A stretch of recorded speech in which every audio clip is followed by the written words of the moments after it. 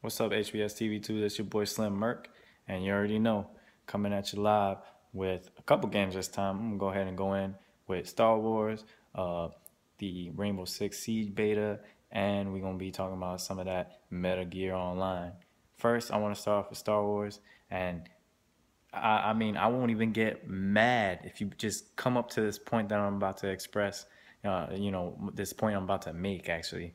And I won't even be mad if you just stop watching this video to go do what I'm telling you to go do right now. If you have a Twitter account and you follow PlayStation, if you don't follow PlayStation, you got a Twitter account, follow their asses. But anyway, get on there right now. PlayStation literally said for anybody that thinks and believes that they should be getting some early access on Star Wars Battlefront right now to go ahead and tweet the reason why you should be having access right now and hashtag it with Star Wars Battlefront PS4 and make sure that you send it as a reply to PlayStation. So get that at PlayStation in there, get your reasoning in there, and then put hashtag Star Wars Battlefront PS4. And if you happen to win, you will get a chance to play today, not tomorrow, today, the beta for Star Wars Battlefront.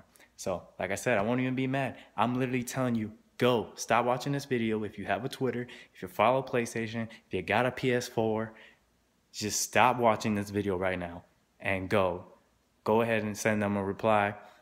Don't forget to make sure that you're tagging PlayStation in it, at PlayStation, sending them a firm reply, and make sure after you're done with your reasoning that you go ahead and put hashtag Star Wars Battlefront PS4. Do not forget that hashtag. Again, won't be mad at you if you leave, and go ahead and do that right now. But don't forget to come back because I got more. Anyways, the original beta start is tomorrow, October the 8th, for till the 12th. So plenty of time to still play. But if you want early access, go ahead and go do that in a Twitter account right now. Anyways, they're gonna have 2 maps from what I understand, 2 different game modes on those maps. I've seen some Twitch live streaming on it for people that do have it. It looks like the PC majority has it right now. Yeah, definitely looking live. It's looking nice. It's looking exciting. I mean, I already did my tweet to PlayStation. Hopefully they go ahead and give me a code. My tweet was a little bit of a jab to EA, but hey, I'm not about to be like everybody, that just says some crazy ass comment or whatever and hashtags it how they want to hashtag it, or basically sound like I'm kissing their ass. I'm not gonna do that. I simply said, hey, I believe that I should get this code because to me, the past 2 Battlefields were not that great. And that's coming from somebody that loves Battlefield. I definitely thought that they were not that great. So I went ahead and said that. And I said that I deserve this code as a way to hopefully revitalize my trust in EA by being able to play this beta early and see what EA has to offer. And if it's good, hey, maybe I'll buy the game. I don't see that reason. I mean, it's not like they're paying out, to purchase a code for me. They're just gonna give me a code. So hey, you want to sell?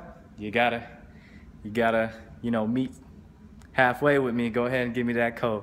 But anyway, enough of that. Anyways, they're gonna have 2 maps from what I understand, 2 different game modes on each map, and they're gonna have a, I believe it's a survival mode. Don't quote me on that. You could go find out on their actual Twitter's page at EA Star Wars Battlefront. Again, you do need to have online, and I'm pretty sure you do need to have Plus in order to play this for PlayStation gamers. You need that in order to play the beta in general, even if you play the offline portion of it, because the other part you can play just right at home with your friend. Go ahead and hook another controller and type deal. Again, it is looking pretty nice. It looks like it's running smooth from the amount of gameplay I was able to view on Twitch. But yeah, if you're not able to get the access code, or you don't have a Twitter account or what have you, and you have a PS4, just remember beta's right around the corner. It's gonna start tomorrow anyways. So I mean, it's not like it's that far away. If you feel like you can hold out, go ahead. you know, by all means. Even if I don't get the code, I don't care. I can hold out. Anyways, moving on from that, jump into Metal Gear Online. Just came on live yesterday. So far from what I've seen, and I have gameplay, if you want to go ahead and check it out, just go ahead and go through the rest of my page. Anyways, from what I've seen, 3 different game modes. You have Bounty Hunter, you have the Cloak and Dagger game mode, and you have the Control, I believe it is. The levels, I'm pretty sure it was 5, and they have the day and night cycle. You can pick if you want day or night. Rain and sandstorms do happen during gameplay, and they give the same effect, you know, the fact that the rain is loud enough you can hardly hear their footsteps. I mean, but then again, there's buildings, so you can always go inside the building. The rain's kind of canceled out. You can still hear footsteps. You know, that's just my advice. If you feel like you're at a hard hearing stage and you feel the need to find a place where you can hear better, I would say get your ass in the building. Same thing with the sandstorms. They only affect the outside, so you can always get your ass in the building. Yeah, it does the same thing. The rain doesn't really drop visibility, but it does drop the sound. Sandstorms obviously is the big contender. It drops visibility and it drops sound. So definitely makes the multiplayer a little interesting, seeing as how there's plenty of games that just don't have this kind of cycle going on during their actual multiplayer events. So big ups to Metal Gear for putting that on there to their multiplayer as well. The Bounty Hunter game mode is pretty much team deathmatch. It consists of you, you know, just killing the other team. But as you kill, let's say me for instance, as I kill each person on their team, I add a bounty to my head, and it's literally like $1, if you want to call it that, $1 piece, whatever their game money currency is. I always forget what it is anyways. I think it's MBs, MB coins. So yeah, it has their little currency sign, what have you. Every time you get a kill, that goes up by 1. And basically, since it's a ticketing system, like in Battlefield, you were able to revive your buddies, and if you revive them, you didn't lose the ticket. It goes almost hand in hand with that when it comes to Metal Gear. There's a ticketing system. As you die, the tickets go down, and if you're able to find somebody with a high bounty on their head, which you won't really see the bounty on their head just running on by them. If you really want to utilize the bounty system and faulting the guy with the big money, I suggest you mark him. Now, marking in the game obviously is completely different on multiplayer than it is on the single player campaign. Yes, you might look at me and be like, well, how is it different? You still look through the binoculars. Yes, you're right, but simply it's different because of the amount of time. Now, usually when you would look through the binoculars on the campaign, it'll automatically lock onto them, and you wouldn't have to look for like 50 years at them. On here, you have to, on the multiplayer, you actually have to, you know, look through the binoculars, sit on them for a while until it literally says marked. Bad thing about this is that there was no explanation about that. No type of tutorial or anything to let you know that that's how it was going to go down. And due to that, I'm pretty sure a lot of people experienced exactly what I experienced, which was going in, looking through the binoculars, you already see the name, you automatically thought they were marked. Because, you know, when you go Battlefield and you look down the thing and you press the mark button, bam, that's it, it's done, ASAP, you know? But with Metal Gear, it's like a mind fuck, because you go ahead and look down the binoculars and then their name appears and you're like, word, you know, I probably marked them for the team, and you're wrong. You're gonna have to wait until it literally says mark and give you like some money fuck shit or whatever, showing that you got points for actually marking the person or whatever. It takes a little bit of time. I feel it takes a little longer than what it does on the campaign. I might be going crazy. You can leave comments on the bottom and tell me that I'm going crazy if you feel that I'm wrong about that, but that's how I felt. It took a little longer to mark them on the multiplayer binoculars than it does on the campaign. But you still bring up the binoculars same way, just, you know, sit still, press R1, bam, it zooms in. Yes, you would probably have to zoom in, obviously, if they're at a further distance to be able to capture them. But yeah, marking them is great, gives you points for marking them, and I believe you also get assist points as well if somebody kills them while you have them marked, which would make sense because technically that's an assist because you showed your partner where they're at. Anyways, but yeah, on to other things, simple things in the game play right now.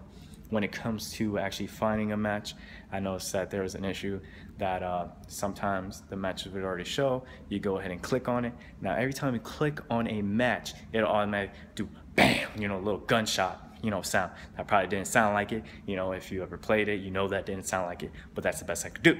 But anyways, yeah, it does a little gunshot noise and then automatically you're put into the game. However, which is one thing I feel they should fix, it's small, simple, definitely able to fix, is that even when you hear the gunshot sound, it takes a couple seconds to go into the actual match.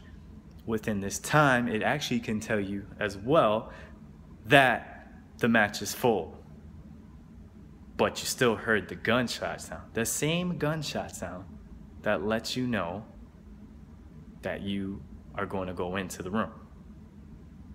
I feel like if it's going to get disconnected, or not disconnected, but that the room is magically full after it told you that you have plenty of space to get in, that it shouldn't make the gun sound. I don't know, make a sound that sounds like the gun is jammed. How about that? To kind of give us a hint like, hey, this room is full, and then pop up the message. Don't give us another gunshot that sounds exactly like the other gunshot, you know, that makes us feel like, hey, we're gonna get into this room, and then 5 seconds later, it tells us that it's full. On top of that, while you are browsing for rooms, there is no refreshment button, none whatsoever. So you literally have to go back to your filter, input what you wanted, and then press X, and then wait for the room browser to open back up and show you what rooms are available, what level it is, game mode, such and such, so on and so forth. So I think that needs to be fixed. On top of that, I personally didn't see this. If somebody has seen this, please write it on the comments, because I think it's just a load of crap. I mean, come on now. How far are we in the gaming industry already? Like, this should just be there already. But anyways, to me, I have not been able to find a way to go from Metal Gear Online back to the actual Phantom Pain campaign.